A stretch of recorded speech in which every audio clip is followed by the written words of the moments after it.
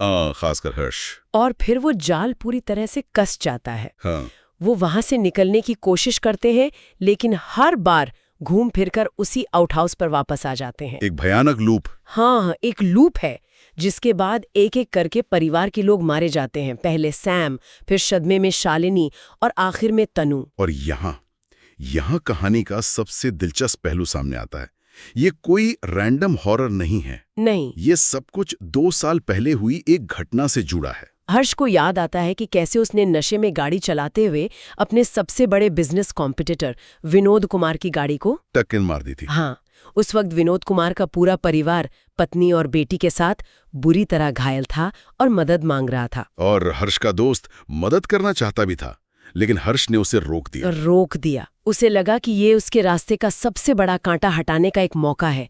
उसने कहा भी था, कुमार खत्म, कंपटीशन खत्म, और उस परिवार को सड़क पर मरता हुआ छोड़ दिया। तो ये जो भूत हैं, ये कोई अनजान आत्माएं नहीं है। ये विनोद कुमार का ही परिवार है जो बदला ले रहा है।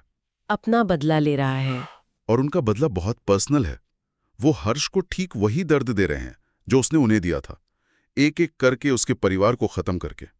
तो मतलब इस कहानी का डर भूत से नहीं, बल्कि हर्ष के अपने कर्मों के नतीजे से पैदा होता है। बिल्कुल।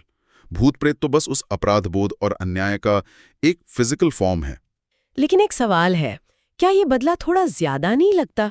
मतलब हर्ष ने एक भयानक गलती की, पर क्या उसके पूरे परिवार का इस तरह खत्म होना जायज है? ये एक बहुत अहम सवाल है, और मुझे लगता है कि कहानी इसे जायज या नाजायज के तौर पे नहीं दिखाती।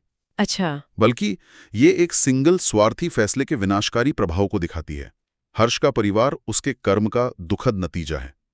कहानी ये बता रही है कि जब महत्वाकांक्षा नैतिकता की सारी हदें पार कर जाती है ना, तो वो सिर्फ आपको ही नहीं, बल्कि आपके आसपास मौजूद हर उस इंसान को भस्म कर देती है जिसे आप प्यार करते हैं।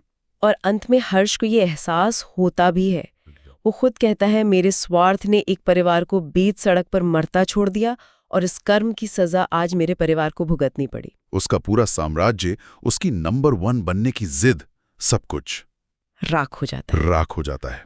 इसलिए ये कहानी सिर्फ भूत प्रेत से कहीं आगे जाकर कर्म के सिद्धांत को एक डरावने आईने की तरह दिखाती है। सही बात है।